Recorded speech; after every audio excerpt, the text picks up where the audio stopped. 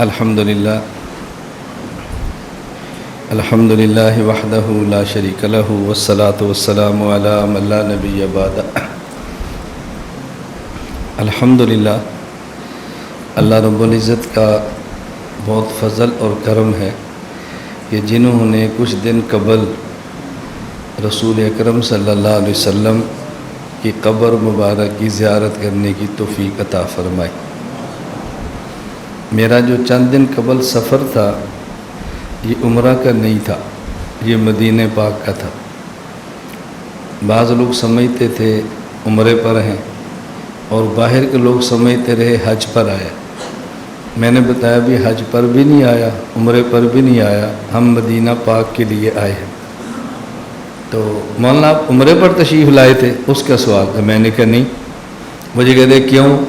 میں نے مزاحاً کہا، میں نے کہا بھئی ہم قبوری ہیں، قبرن قبوری، قبروں والے ہیں۔ کیا مطلب؟ میں نے کہا ہم رسول اللہ صلی اللہ علیہ وسلم کی قبر کا سفر قبر کی زیارت کی نیت سے کرتے ہیں اور اس کو باعث اجر و ثواب سمجھتے ہیں۔ دیکھو میں کچھ چھپا رہا ہوں؟ میں اپنے مخالف کو بھی کہہ رہا ہوں میں روضہ پاک کی نیت سے آیا ہوں، قبر مبارک کے لیے سفر کیا ہے، یہ میرا نظریہ ہے۔ چھپاتے وہ ہیں جن کو عقیدہ سمجھ نہیں آیا ہوتا، یا سمجھ آیا ہے تو سمجھا نہیں سکتے، یا سمجھا بھی سکتے ہیں مگر ان کے بعد دلیل نہیں ہے۔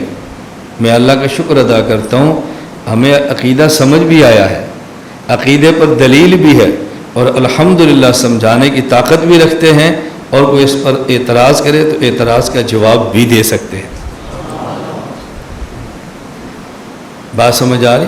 کتنی آسان سی بات ہے، تو بات سمجھانی چاہیے۔ اس نے کہا جی مجھے سمجھ آ گئی۔ تو میرا سفر یہ مدینہ پاک کا تھا۔ اس دوران کئی شہروں کے سفر تھے، ایک نہیں کئی شہروں میں سفر ہو گئے الحمدللہ، سعودیہ میں کئی شہروں میں، لیکن اصل مدینہ پاک کا تھا۔ مدینہ پاک سے واپس آئے۔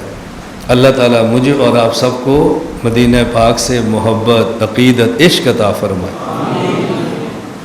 یہ محبت اور عشق کے سودے الگ ہوتے ہیں، بس۔